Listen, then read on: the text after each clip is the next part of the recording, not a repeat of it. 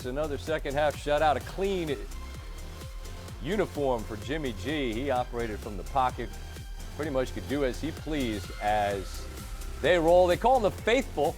Niner fans all over the country and outside of the country. Joey Bosa, some folks are leaving with a souvenir there. And as always, we welcome in Joe Buck and Troy Aikman to discuss. And Joe, this game is massive in the States. We know that. We've seen its appeal in England and in Germany. And down there in Mexico City, just describe for us just what this spectacle was all about, because it seemed like an absolute show. Yeah, it was. I think it's legitimate when you talk about the craze, love that they have for the NFL.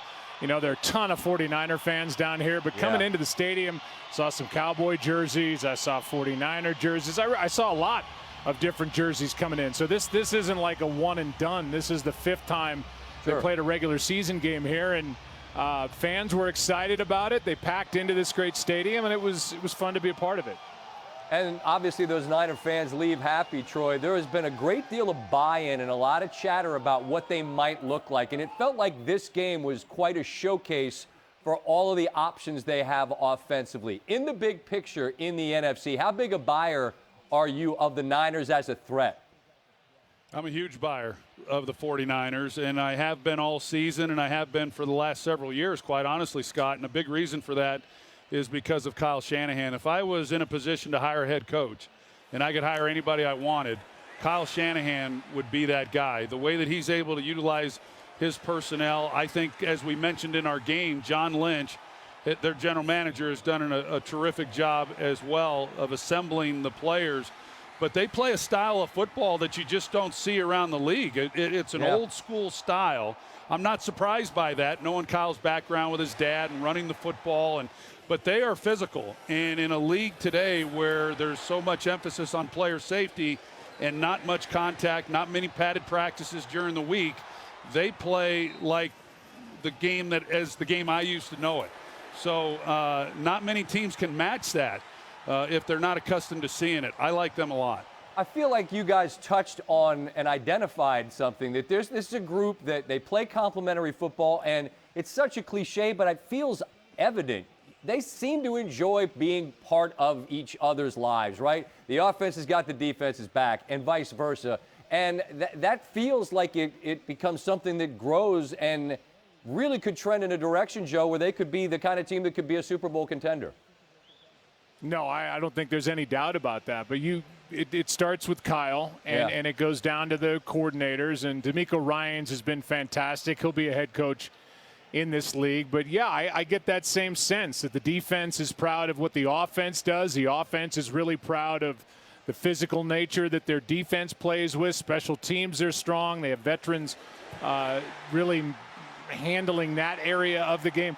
There's just a lot to like. And now when you consider all the different weapons they have on offense and nobody that's screaming for the ball, they're happy to watch somebody else have a big game. Right. They're frightening. Yeah, Scott, I'll add to that I can tell you, and you know this from covering sports as well, but as someone who's been in those locker rooms, been in those championship team locker rooms, when you get what the 49ers have, you have to take advantage of it, because it really is rare. You can talk to a lot of coaches who have been around a lot of teams over the years, and capturing that, it just doesn't happen all that often. There's a lot of times, as Joe was talking about, a lot of selfishness, a lot of players wanting more credit, whatever it might be. But the 49ers have had this for a while. They haven't been able to capitalize. They've gotten to the Super Bowl, and they've gotten to the NFC Championship game.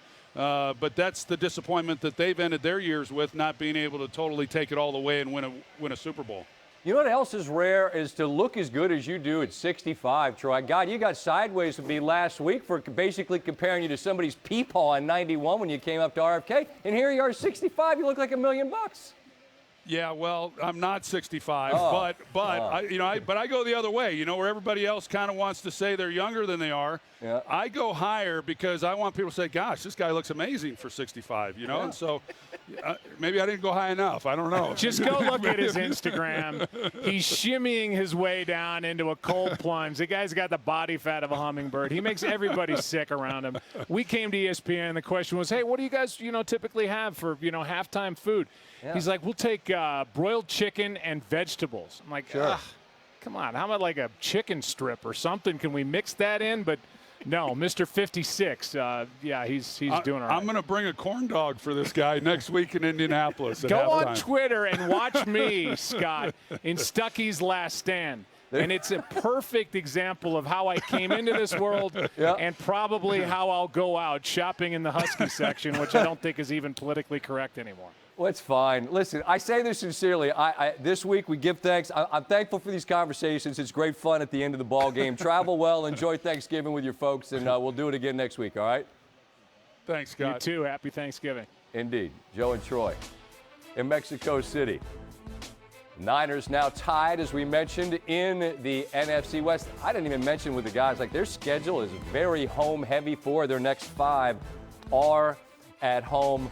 Seattle and San Francisco get to home games in Week 12. Niners basically a lock to make the playoffs, according to ESPN analytics. All right, we got plenty more to come from Mexico City. We got full highlights and reaction from both sides. Ryan Clark will be here to break down the dynamic Niners offense. Plus, Team USA earns a draw against Wales. Why does it feel like a loss? Taylor Twellman on that will be here to discuss. And Monday means we got the bad beats featuring the big game. Stanford Steve, what are we doing late?